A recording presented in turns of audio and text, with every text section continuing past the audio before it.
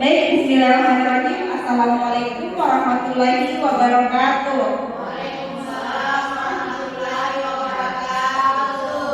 Baik Bapak Ibu sekalian, pertama-tama puji syukur kita panjatkan kehadirat Allah Subhanahu wa taala karena dengan rahmat dan ridhonya sehingga kita bisa berkesempatan untuk berkumpul di tempat ini untuk mengikuti kegiatan penyebaran pemahaman terkait dengan kegiatan saya pada pendidikan CGP Angkatan 9. Salawat dan taslim tak lupa pula kita kirimkan kepada junjungan kita Rasulullah Muhammad SAW, di mana beliaulah sebaik-baik suri tauladan. Baik Bapak Ibu sekalian, jadi hadirnya saya di sini di depan Bapak Ibu sekalian itu tidak lain karena tugas saya sebagai peserta dalam pendidikan guru penggerak Angkatan 9, di mana saya harus menyebarkan pemahaman terkait dengan budaya positif. Jadi Bapak Ibu sekalian, di sekolah kita sebaiknya dan sepatutnya kita menumbuhkan semangat untuk selalu menebarkan atau menciptakan budaya-budaya positif yang berasal dari dalam diri kita, karena sebagai seorang pendidik kita sebagai contoh untuk peserta didik kita. Jadi di sini saya akan membahas tentang budaya positif. Jadi pada aksi nyata CGP Angkatan 9 ini saya sebagai peserta yang melihat dan pengajar praktik saya yaitu Pak Muhammad Haidar dan fasilitator adalah Pak Herwelis. Jadi konsep inti dari budaya positif itu terdiri dari beberapa bagian. Yang pertama yaitu perubahan paradigma belajar, kemudian disiplin positif, kemudian nilai-nilai kebajikan, kemudian kebutuhan dasar manusia, kemudian motivasi perilaku manusia, posisi kontrol guru, keyakinan kelas, dan ketiga restitusi. Kedelapan poin ini merupakan konsep inti yang akan kita bahas lebih lanjut. Yang pertama terkait dengan pembelajaran dengan paradigma baru. Jadi pembelajaran dengan paradigma baru merupakan pembelajaran yang dirancang berdasarkan prinsip pembelajaran berdiferensiasi. Bapak Ibu sekalian, kita sama-sama ketahui bahwa pembelajaran yang berdiferensiasi itu adalah pembelajaran yang diterapkan di dalam kelas yang sesuai dengan karakteristik belajarnya peserta didik kita, sehingga para peserta didik belajar sesuai dengan teori psikologi modern untuk mewujudkan profil pelajar Pancasila. Nah, berdasarkan profil pelajar Pancasila, elemen-elemen yang harus kita miliki yaitu beriman dan bertakwa kepada Tuhan Yang Maha Esa, berkebinekaan global, bergotong royong, kreatif, bernalar kritis, dan mandiri. Kelima elemen ini merupakan profil pelajar Pancasila yang harus dimiliki oleh peserta didik kita. Kemudian terkait dengan teori kontrol, terkadang kita sebagai pendidik mengontrol peserta didik kita dengan penerapan disiplin dan terkesan menekan untuk peserta didik kita. Nah, di sini terdapat miskonsepsinya, yaitu ilusi guru mengontrol murid, ilusi bahwa semua penguatan positif, efektif, dan bermanfaat tanpa memperhatikan apakah itu dapat merubah perasaan peserta didik kita, sedikit menggoncang mentalnya atau lainnya. Kemudian ilusi bahwa kritik dan membuat rasa bersalah mampu menguatkan karakter. Lalu ilusi bahwa orang dewasa berhak memaksa. Keempat miskonsepsi ini akan kita bahas lebih lanjut lagi. Nah, di sini mengubah paradigma stimulus respon ke pendekatan terkontrol. Jadi stimulus responnya itu kita mencoba mengubah orang agar berpandangan sama dengan kita. Jadi seolah pemikiran kita harus sama dengan anak kita, dengan anak didik kita. Nah, dan kontrol pilihannya yaitu kita berusaha memahami pandangan orang lain tentang dunia. Jadi jangan perspektif kita perilaku buruk dilihat sebagai suatu kesalahan. Nah, di sini kadang kita sebagai pendidik, ketika peserta didik kita melakukan kesalahan, kita hanya fokus pada kesalahan tersebut tanpa meminta perilaku apa tujuan mereka melakukan hal itu. Oke, kemudian orang lain bisa mengontrol saya. Teori pilihannya hanya Anda yang bisa mengontrol diri Anda. Lanjut, pemaksaan ada pada saat bukan gagal. Untuk teori kontrolnya, kolaborasi dan konsensus menciptakan pilihan-pilihan baru. Lanjut, model berpikir menang atau kalah. Kita bisa memilih teori kontrol model berpikir menang-menang. Nah, pada disiplin disiplin itu sendiri berasal dari kata belajar yang mengacu pada disiplin diri. Jadi di mana kita untuk menerapkan disiplin itu memiliki tanggung jawab terhadap apa yang dilakukan berdasarkan nilai-nilai yang diyakini. Kemudian, disiplin positif merupakan salah satu cara penerapan disiplin yang bertujuan untuk menumbuhkan kesadaran serta menggerakkan peserta didik tanpa imbalan atau penghargaan. Jadi disiplin positif mungkin selama ini kita selalu beranggapan bahwa ketika saya memberikan reward kepada peserta didik itu sudah hal yang baik yang kita terapkan. Padahal itu bisa membuat peserta didik ketergantungan. Ketika tidak ada reward, maka dia tidak akan berbuat lagi. Kemudian, sebagai pendidik tujuan kita adalah menciptakan peserta didik yang memiliki disiplin diri, disiplin yang berasal dari dalam dirinya, sehingga mereka berperilaku mengacu pada nilai-nilai kebajikan universal dan memiliki motivasi intrinsik yang berasal dari dalam diri, perubahan perilaku ke arah yang lebih baik. Nah, di sini nilai-nilai kebajikan terbagi menjadi 3 berdasarkan contoh nilai kebajikan dalam institusi atau organisasi. Jadi yang pertama terkait dengan profil pelajar Pancasila. Nah, kita di sini karena sudah menjalankan kurikulum Merdeka, maka kita sudah tidak asing lagi dengan poin-poin yang ada dalam profil Pancasila ini. Kemudian lanjut, menurut Ibu Primarias, program toleransi, rasa hormat, integritas, mandiri, menghargai, antusias, empati, keingintahuan, kreativitas, kerjasama, percaya diri, dan komitmen. Kemudian yang selanjutnya keterampilan hidup atau life skill.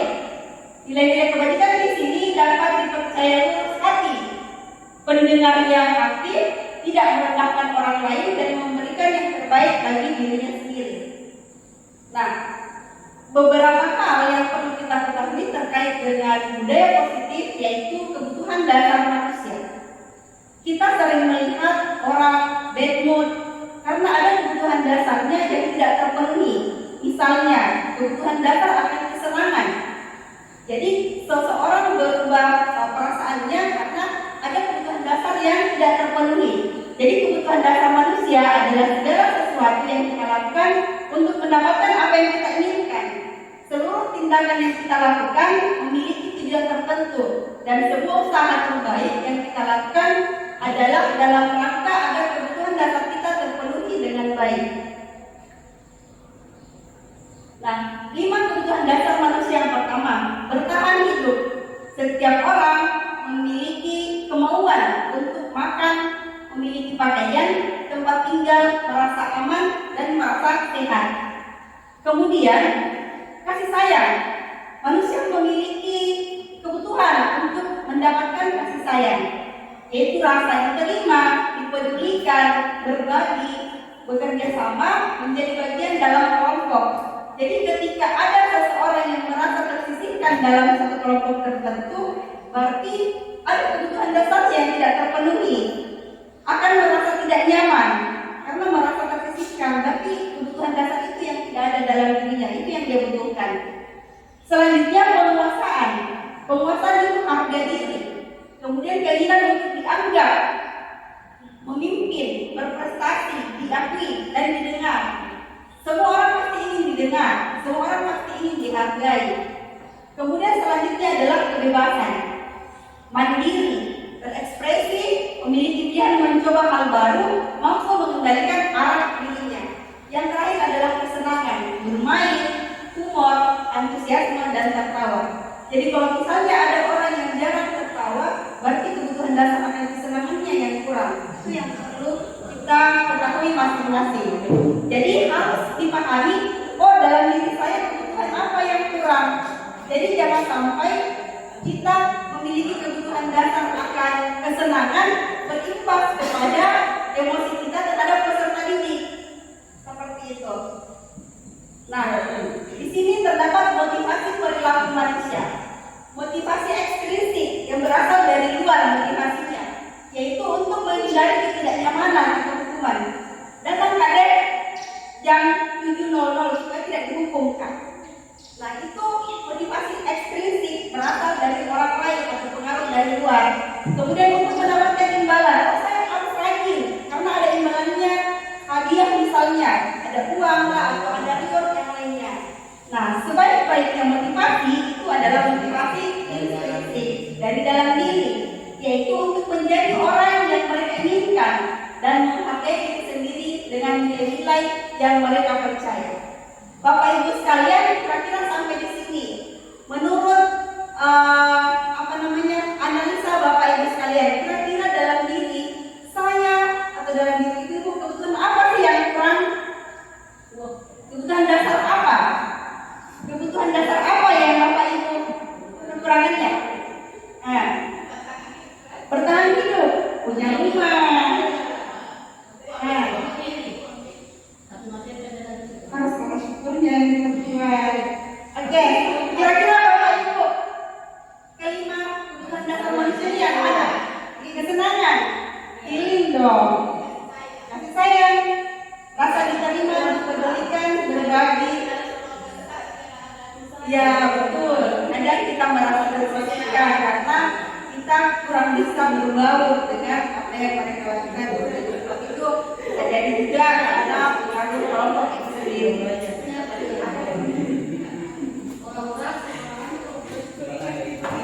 Kasih sayang diterima dalam satu kelompok, didengar, kurang aman. Alhamdulillah terpenuhi semua. Jika kelima kebutuhan dasar ini sudah terpenuhi, insya Allah dalam bergaul dalam kehidupan sehari-hari itu akan merasa aman saja. Oke, saya lanjut ya Bapak Ibu. Nah, di sini terdapat perbedaan hukuman, konsekuensi, dan restitusi. Jadi coba kita analisa selama ini, selama ini saya memberikan hukuman kan, atau konsekuensi kan, atau restitusi. Bapak Ibu sekalian, di sini hukuman adalah tidak terencana. Jadi misalnya ada anak yang terlambat, kamu langsung pusat 3 kali. Kemudian murid tidak tahu apa yang akan terjadi atau tidak dilibatkan, bersifat saklara berupa hukuman fisik atau psikis. Hukuman psikis misalnya dimarah-marahi itu peserta didik kita. Kemudian konsekuensi terencana atau disepakati sesuai peraturan. Kemudian murid tetap dibuat tidak nyaman. Kemudian sikap guru selalu memonitor murid.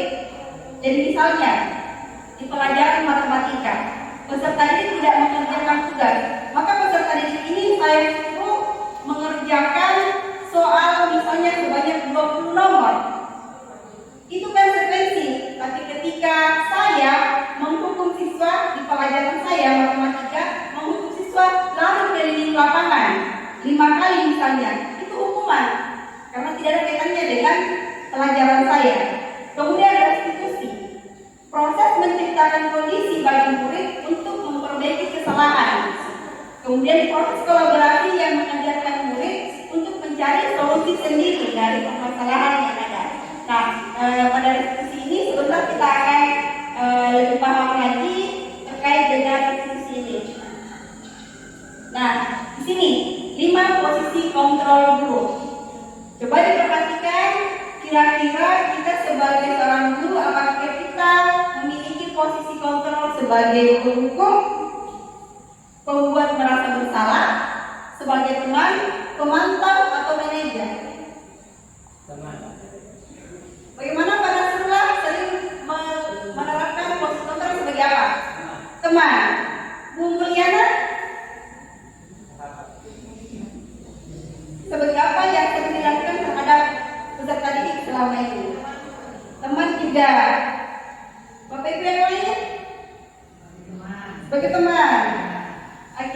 Jadi untuk 5 posisi kontrol ini kita perhatikan lagi. Nah, tentang penerapan 5 posisi kontrol guru. Jadi kasusnya begini. Murid tidak memakai atribut lengkap saat upacara bendera. Kemudian kita guru mengatakan, kamu Agus pergi ke lapangan hormat di depan hormat pada bendera selama 1 jam. Itu hukuman. Kemudian ketika bapak itu mengatakan, berapa kali ibu harus memberitahu kamu selalu saja mengecewakan ibu. Berarti itu akan membuat siswa kita merasa bersalah. Itu posisi kontrol sebagai pembuat merasa bersalah. Selanjutnya, sebagai teman, ayo dong, ayo dong ikuti aturan sekolah, tolong bantu ibu, jangan sampai ibu ditegur lagi sama kepala sekolah. Nah itu sebagai teman, karena redaksi kata-katanya yang seolah dia berteman. Kemudian sebagai pemantau, mengatakan seperti ini, kamu sudah melanggar peraturan sekolah, kamu tahu konsekuensinya.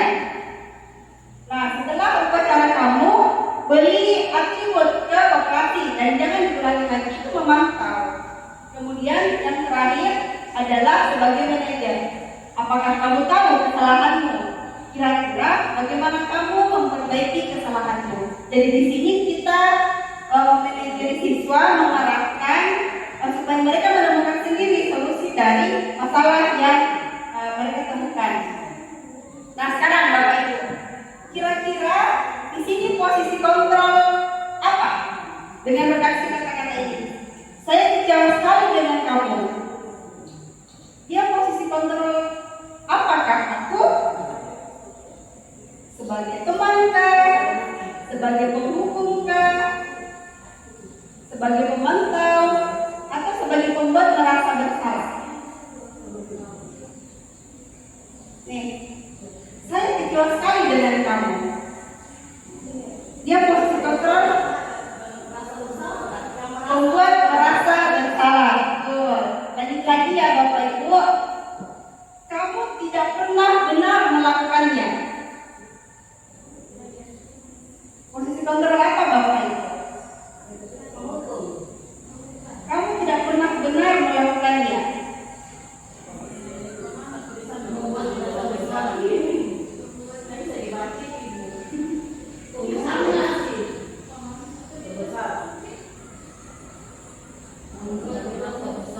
Kamu tidak pernah benar melakukannya. Membuat merasa bersalah atau kemudian apa rencanamu untuk menyelesaikan masalah ini? Mengajak siswa untuk menyelesaikan masalahnya. Manajer ya. Ayolah lakukan demi ibu. Kamu tidak pernah mendapat nilai jika tidak mengerjakan tugas.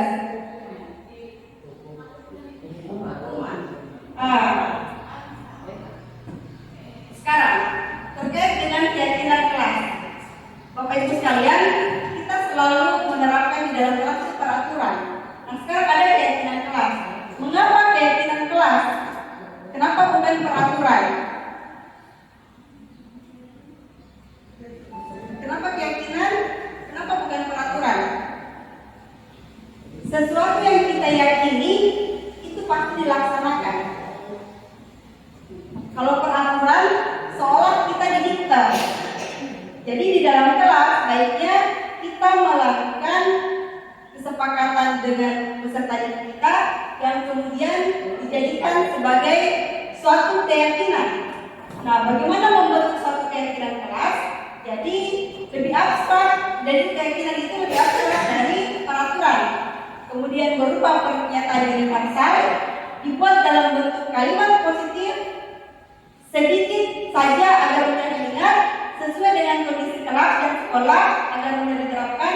Kemudian semua warga kelas atau sekolah terlibat dalam membuat.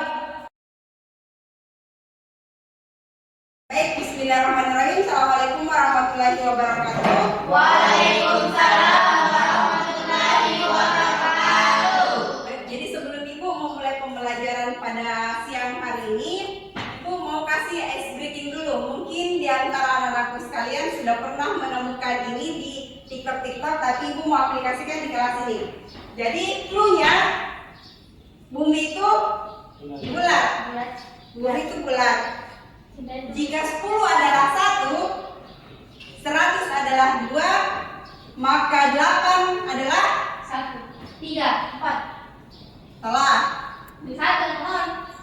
8 adalah 1, 9. Ibu ulangi, clue-nya bumi itu bulat.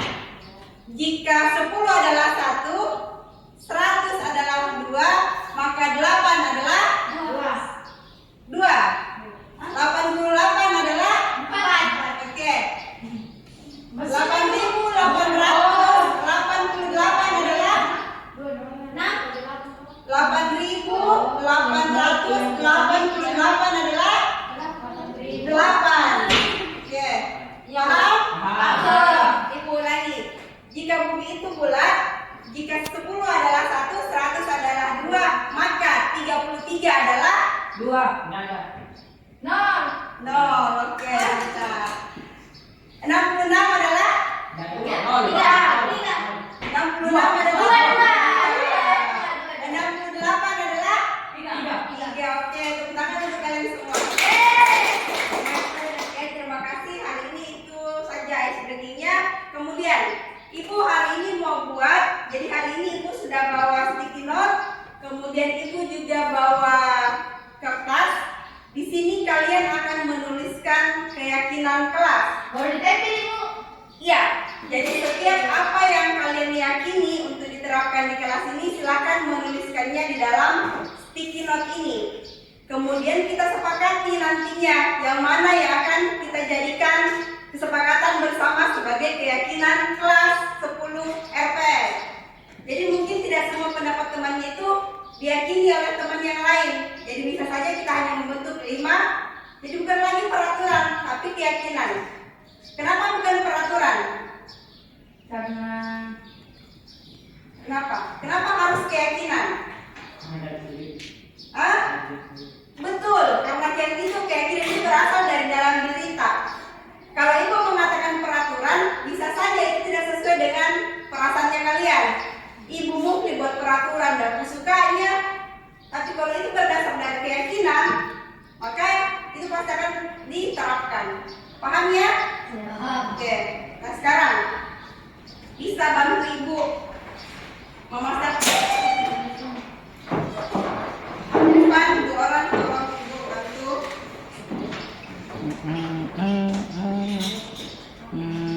Pegang turun. Satu lagi di sini pegang. Ada yang punya. Oke, begini. Lanjut kalian berdiam. Diam. Lanjut dimasak. Baik anak-anakku sekalian. Jadi di sini Ibu sudah punya table untuk kalian menempel keyakinan kalian terkait apa yang akan kalian terapkan di kelas ini. Misalnya saja tidak boleh ribut, saling menghargai, atau apapun itu tergantung kalian. Silakan ditulis dan ditempel di atas ya. Itu sama, Ibu? Boleh. Atau jangan bersama aja, langsung saja peraturan yang kalian mau. Kesepakatan yang kalian mau. Apa boleh? Bukan, keyakinan. Jadi jangan mengatakan peraturan, tapi katakan adalah Saya akan memberikan ke kelas ini, Bu. Begitu, Ibu? Jadi contohnya misalnya saling menghormati. Berarti kalau saling menghormati itu tidak boleh diganggu temannya, saling menghargai. Tidak boleh dikata-katai temannya. Saling berbagi. Kerjasama itu namanya. Atau bisa juga ditulis bekerja. Bekerja itu dalam artian yang piket harus menyelesaikan tugasnya, tidak boleh kabur. Silakan ditulis apapun itu yang bisa jadi peraturan kelas. Karena nantinya ini apa yang sudah kalian sepakati, Ibu akan ketik, kemudian diberitahu dan kita akan buat tempelan di sini. Tapi apa yang kalian yakini sebagai apa kesepakatan kelas? Banyak, Ibu. Jangan. Boleh 2, maksimal 2 saja. 2 Ibu. Iya. Kalau punya banyak pendapat boleh juga silakan. Nanti kita bisa jadi Bu. Kenapa nama sudah tahu Ibu? Oh, Tulis apa dah tulis Naya? Tidak boleh ribut di kelas. Nah, itu. kalau disebut Ibu, jangan tulis nih. Nah, jadi kita apa? Biar ada tempat saya. Siapa tadi punya? Ada saya Ibu. Gimana ini? Bisa dibuka. Tulis namanya? Iya boleh, terserah. Silakan tulis. Dim jalan-jalan kok tulis. Gini Bu. Iya boleh. Yang sudah selesai.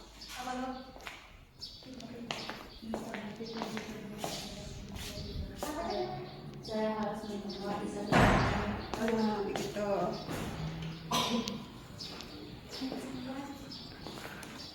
Simpel. Begini. Oke, boleh. Yeay. Ibu bisa. Saya beres. Gak apa-apa.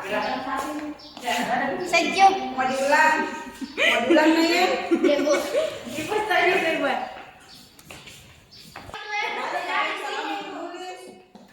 Gimana di sini? Sudah nyambung sedikit soalnya. Mungkin. Terbalik sini. Berarti juga rambutnya. Ibu terbalik ini Ibu. Siapa ganti Fajar? Kakak. Bagus gue. Dikasih rapi. Kita sampai sini. Jadi kok? Tidak boleh. Sana. Oke, sudah ya? Oke, satu orang yang meminta perwakilan kelasnya untuk membacakan di depan. Fajar, silakan.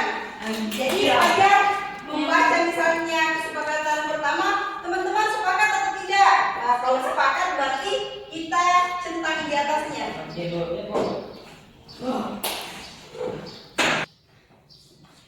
Silakan Fajar baca keyakinan kelasnya.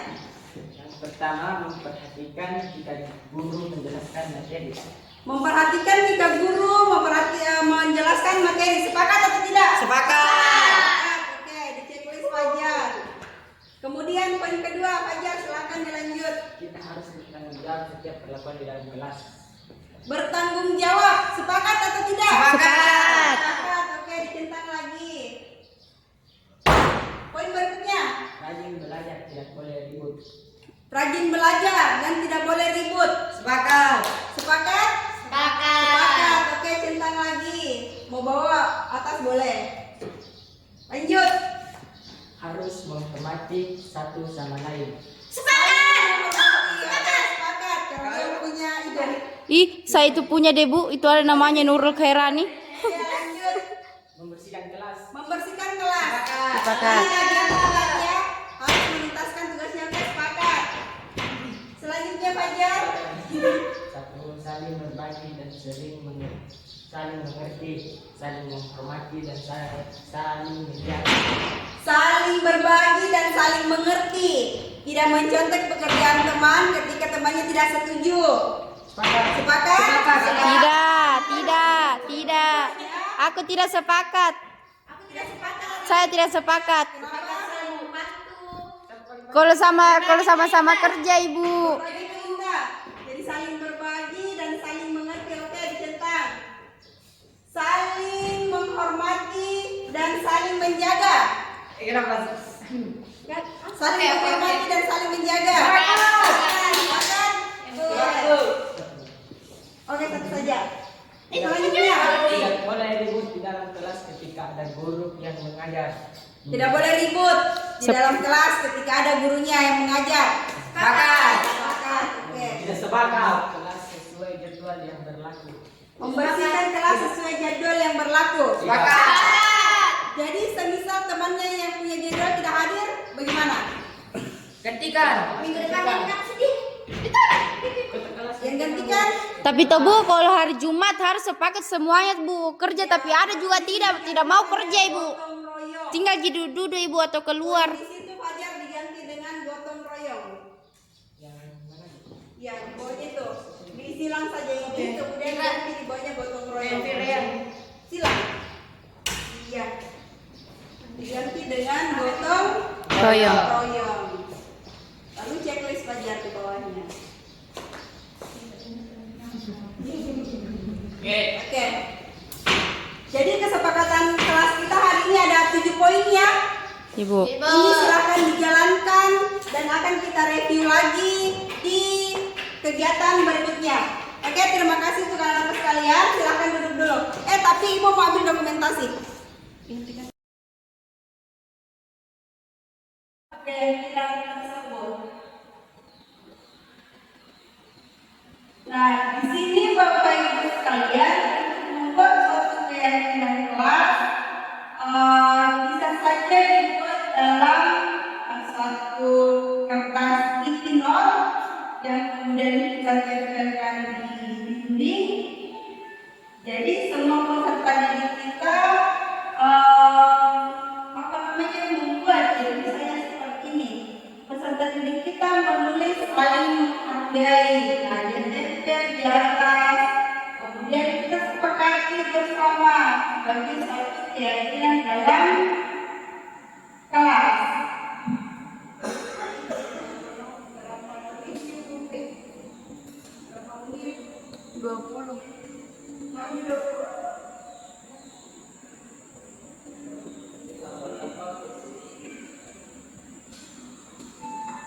Baik Bapak Ibu sekalian,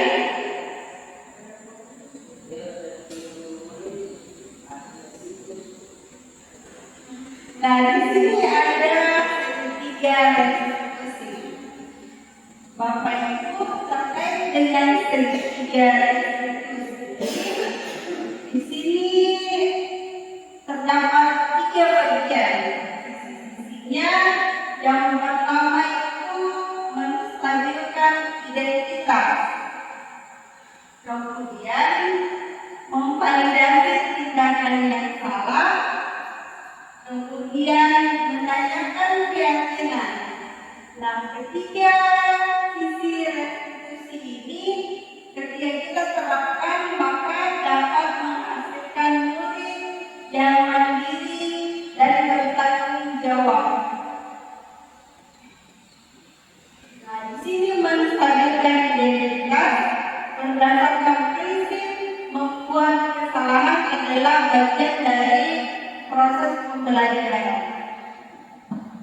Kata-kata yang sering diucapkan untuk menstabilkan identitas ketika peserta didik kita melakukan satu kesalahan, jadi kita mengatakan berbuat salah itu wajar, atau bisa juga tidak ada manusia yang sempurna.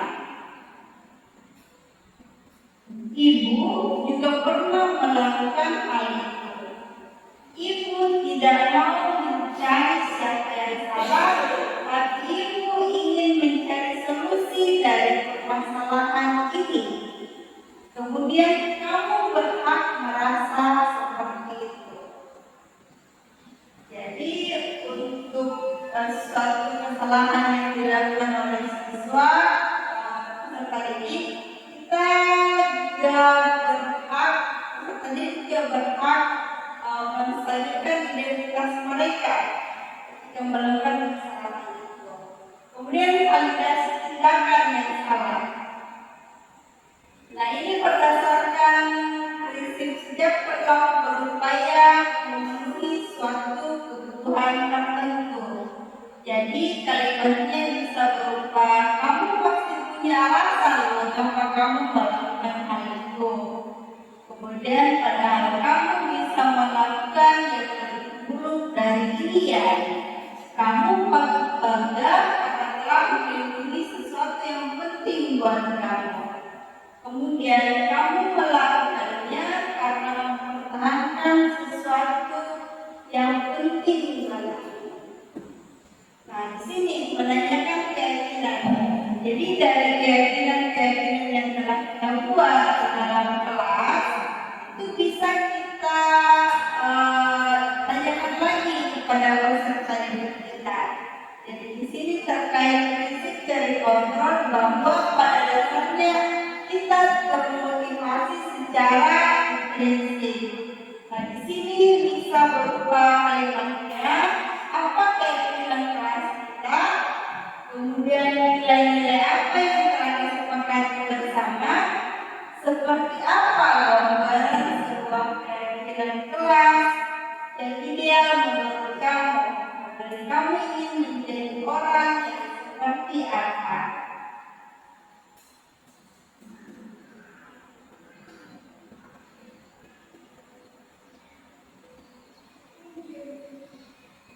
Nah, di sini contoh penerapan segitiga restitusi. Nah, sebenarnya Bapak Ibu saya cari dulu file itu.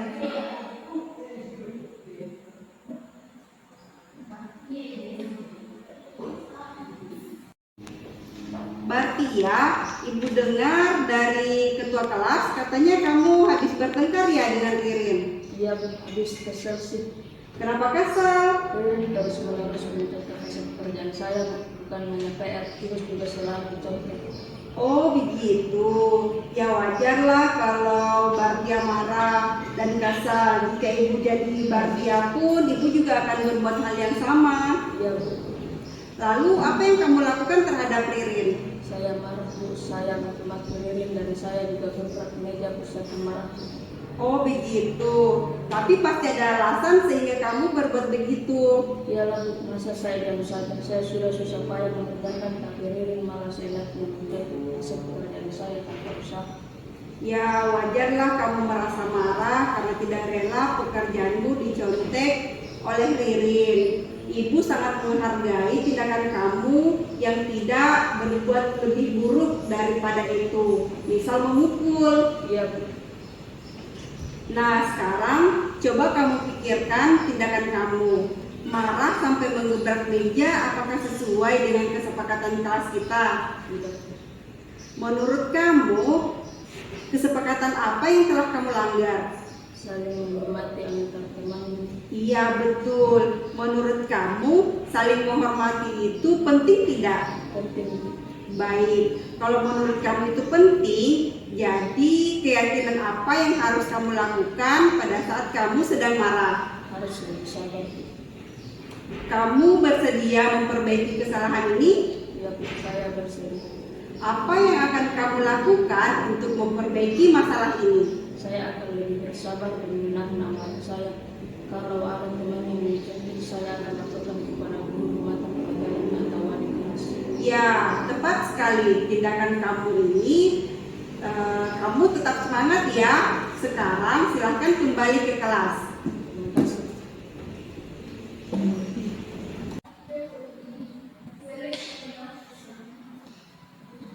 Terima kasih Bapak Ibu sekalian yang telah berkesempatan untuk mengikuti penyebaran pemahaman terkait dengan budaya positif. Cukup sekian yang bisa saya sampaikan.